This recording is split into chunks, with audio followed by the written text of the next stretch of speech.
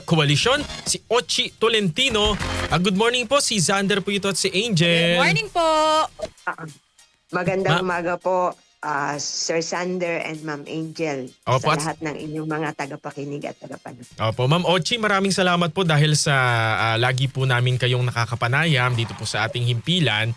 Una ho sa lahat, tatanungin ho muna namin kayo dun sa inyong reaksyon. Meron ho kasing panukalang Malacanang na itaas po yung multa dun sa hindi po tamang pagtatapon ng basura. Ano ho ang inyong opinion dito, Ma'am?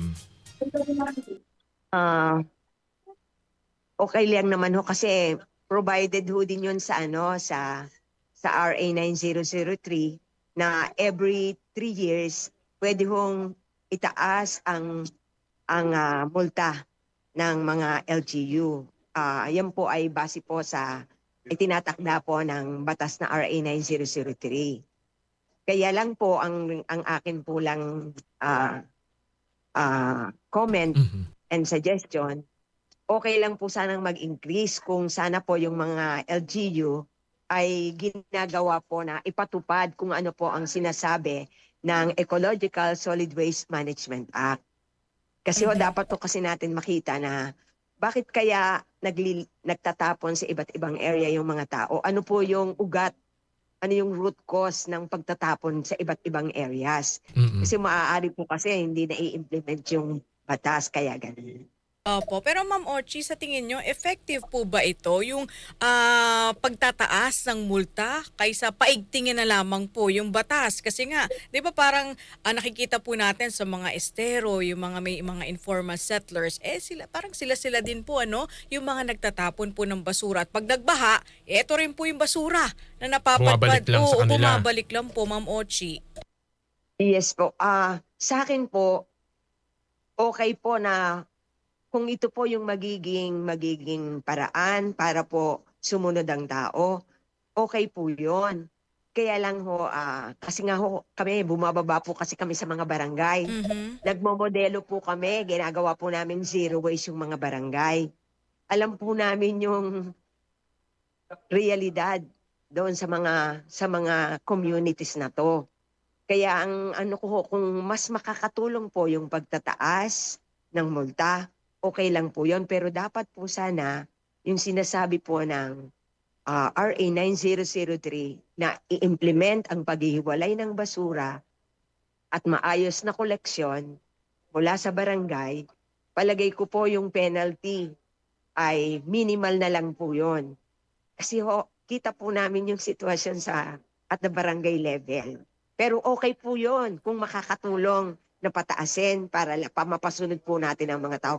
Okay po yun. Pero kailangan po para po sa amin na mga campaigner, nais po sana namin na ipatapad 100% yung segregation at the household level para po nakakatiyak tayo na maiiwasan na po yung dumping o littering o open burning sa mga iba't ibang areas all over. Opo. Sabi niyo po, bumababa ho kayo sa mga barangay. Ano po yung nakikita po ninyong problema on the LGU side po, ma'am? Ang isa po naming napapansin kasi, once na kami po ay nakipag-usap sa mga barangay officials, kasi yun ho yung una namin eh, pupunta kami sa kanila and then mag-o-offer kami na tulungan sila, no ho, magkakaroon kami ng orientation. Unang-una ho, habang kinakausap namin sila, no ho, pagkatapos po noon, mag-checklist na po kami. May checklist kami kung ano mayroon doon sa barangay. Kung meron silang MRF o Materials Recovery Facility. No ho. Importante po kasi yun eh. Kasi once na sila'y umukay sa amin, titingnan na namin kung ano mayroon sa kanilang barangay.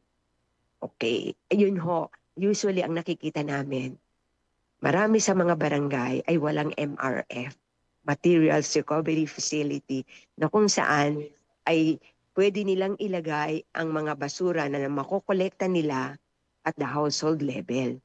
Importante po kasi yon na merong MRF ang mga barangay.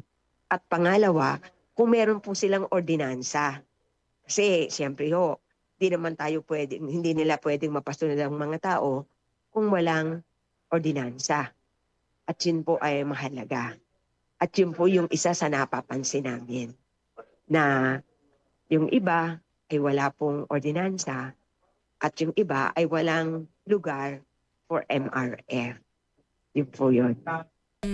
Kaso Ma'am Ochi, yung iba parang pag walang nakatingin, ito kasi mga Pinoy hindi consistent eh. Pag may mga enforcer, ayan, sige, masinop tayo, magaling tayo magtapon. Pero pag walang nakatingin po sa atin, tapon dito, tapon doon kasi tayo, Ma'am Ochi eh. Totoo po yan. At yun po yun. Kasi yun pong disiplina. Kasi yung fine kasi ang liit, 300 pesos to 1,000. O kaya 1 to 15 days na community service. Kung titingnan po talaga natin, kayang-kaya po nating magbayad ng ganong halaga. Ano ba yung 300? Okay. Pero kung sa mga estudyante, medyo mabigat po yon, di po ba? Yung 300 to 1,000 na multa. Pero sa mga nagtatrabaho at may pera, yung pong fine na 300 to 1,000 ay madali. Kaya hindi po natin iniisip na unang-una, first and foremost, ay dapat po kung ano ang dapat itinatakda ng batas, dapat po sumusunod tayo. At dapat yon pangungunahan po ng mga barangay officials. Kasi sila po yung mandato ng RA 9003 na dapat ay magtuturo sa bawat household. Opo.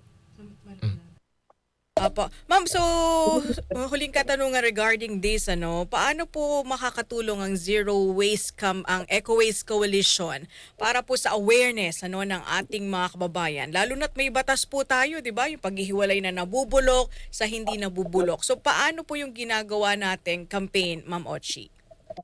Una po, sa mga lahat ng mga okasyon, kagaya ng pag po January, talaga pong all throughout the year kasi po yung campaign ng Eco Waste. Yung pagbibigay namin ng, halimbawa po, month of January, sisimulan na po namin yan kasi ang January po ay Zero Waste Month. Ito po ay itinakda ng dating Presidente Noynoy Aquino na gawing Zero Waste Month ang the whole month of January. Kaya simula na po niyan, campaign na po namin yan buong buwan. At pagkatapos po niyan, Holy Week, may mga tips po kaming inilalabas. No? At kami po ay nagkakampanya sa iba't ibang mga areas, especially dito sa Metro Manila. Pag po mayroong Holy Week, mayroon pong July, plastic-free month. No? Pag-undas din, Pagdating ma'am, po, di ba? Meron kayo meron pag-undas, po kami. yan. Pag Nazareno, Yes, yan. Pag Yes Pasko. po, sa Pasko meron po kami. Bagong taon meron po kami. Toxic-free New Year. No? All throughout the year po, ang Eco Waste ay hindi po tumitigil ng pagkampanya na talaga pong ipatupad yung sinasabi po ng batas na tayo po ay maghiwalay ng basura, mag-reduce ng basura, gumamit ng mga alternative na ito po ay all throughout. At ito po, usually po, buwan-buwan, may mga press releases po kami sa media. Yan po bukod po sa mga interviews, naglalabas po kami ng mga press releases. Yan po yung ginagawa ng Eco Waste para makatulong. At kung huli po, talaga pong may mga areas po na nagmomodelo kami. Pinapakita po namin na possible po katulong ang mga LGUs, especially ang mga barangay officials, ay pwede po natin gawing zero waste model ang mga barangay, ang mga subdivision, ang mga eskwelahan, ang mga public market, na ipatupad yung walang aksayang pamumuhay at the community level. Opo, Ma'am Ochi, kasi napapansin din natin na hindi po stricto yung mga nangongolekta po ng basura, no? Kasi sa ibang lugar o sa ibang bansa, mahigpit sila eh. Pag sinabing ngayon, nabubulok Parang lang. MWF, Oo. ganyan. Pero Oo. po sa atin, parang pansin ko, pag nilagay mo yung basura mo doon, kukolektahin nila whether ito'y nabubulok or hindi. Parang Senado. Kumbaga mix na yung mix yung mga nabubulok at hindi nabubulok. Di ba, Ma'am Ochi? Yes po. At dapat po yon dahil mayroon pong provision din ng RA 9003 na yung citizen suit, dapat po kasi kung hindi na ipapatupad yan ng mga barangay officials at the barangay level, dapat po sila po ay nakakasuhan. Dapat po administratively they are liable. Dapat po 'yon yung mga citizens at the community level. Dapat po mag-file sila ng administrative at administratively ay kasuhan po ang mga barangay official kasi naando doon po rin yan. Itinatakda rin po yan ng batas na RA 9003. Opo, opo. Ma'am, lilipat ho kami ng paksa yung tungkol po dun sa nagva-viral po ngayon na basura sa Subic. Subic. Mhm. Ito yung Oho, parang ibinasurang paraiso, 'di ba? Oo. Base sa dokumentaryo po, ano? Yes po, napanood ko nga po yung kay Cara David. Ano po ang reaksyon Ah. niyo dito, ma'am? Actually, una, yung mga IPs, ay yung lugar na yon ay paraiso para sa kanila. At doon sila ipinanganak, doon sila lumaki. At hanggang sa ngayon, doon sila nabubuhay at naninirahan. Yung kabuhayan nila nandoon. Alam nyo ho, nakita ko pinanood ko yung buong dokumentaryo. Ang unang reaksyon ko doon, liable ang LGU na sila ay makasuhan. Kasi it is a grave violation sa RA 9003. Oh, so sino ho ang pwedeng mag-file ng ganun, ma'am, yung ganyang violation? Kung halimbawa yung IP wala namang kakayahan na sila po ay mag-file dahil sa baka kakulangan po ng mga resources. Pwede po yan. Actually, dapat po una po dapat sana yung mga residente, yung pong mga ITAS. Mm. Pangalawa po, dapat po yung pong mismong DENR. At ang ombudsman po kasi meron po yang isang dibisyon para po makapag-file ng mga ganito. Opo. So Yes ano po yung kasi mga liable po talaga sila. Liable sila. Kasi yung sabihin lang nila na hindi nila alam Oo. na mayroong naninirahan po doon Oo. na mga ITAS. Kahit na walang naninirahan doon, bawal pa rin ang dumping. Yung littering nakalagay doon. Yung magtapong ka lang ng upos ng sigarilyo o balat ng candy Bawal. sa kalye, Mhm. 300 to 1,000. How much more na tinapunan mo yung lugar ng halos 7 taon. Isipin po ninyo yun. Oo, tsaka Grabe kawawa yun. naman yung ating mga IPs po doon, Ma'am Ochi, ano? Yes po. Mhm. Talaga pong napakalaking violation yon. At dapat po ito, hindi lamang, kasi ang ibinigay lang po ng DENR ngayon ay cease and desist order, CDO. Pero hindi dapat yung lang po. Matapos ang CDO, dapat pinapailan po sila ng kaso administratively para mawala po sila sa posisyon.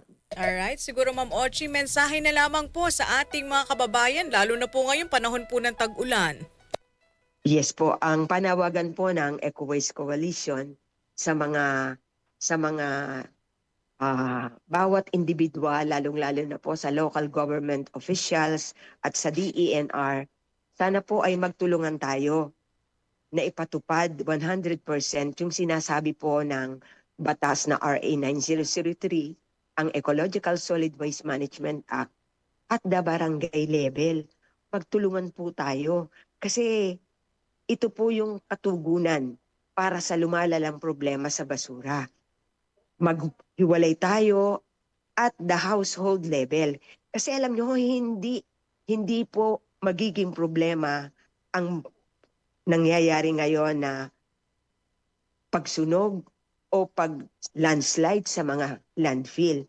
Kung ang mga barangay official at ang mga residente ay nagtutulungan kasama ang DENR. Dapat kami pong NGO, we are doing our best na makipagtulungan sa mga LGU at ito po yung dapat magkaisa po tayo na ipatupad 100% at yung pong lumalalang problema sa basura, unti-unti po ito ay maa-address at mare-resolve natin. Kaya sana po sa ating mga presidente, local officials, and government agencies, magtulungan po tayo upang ang lumalalang problemang ito ay matugunan natin.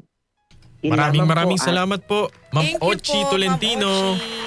Yes, maraming salamat din po. God bless po. God bless po at mabuhay ang Eco Waste Coalition. Maraming salamat po. No?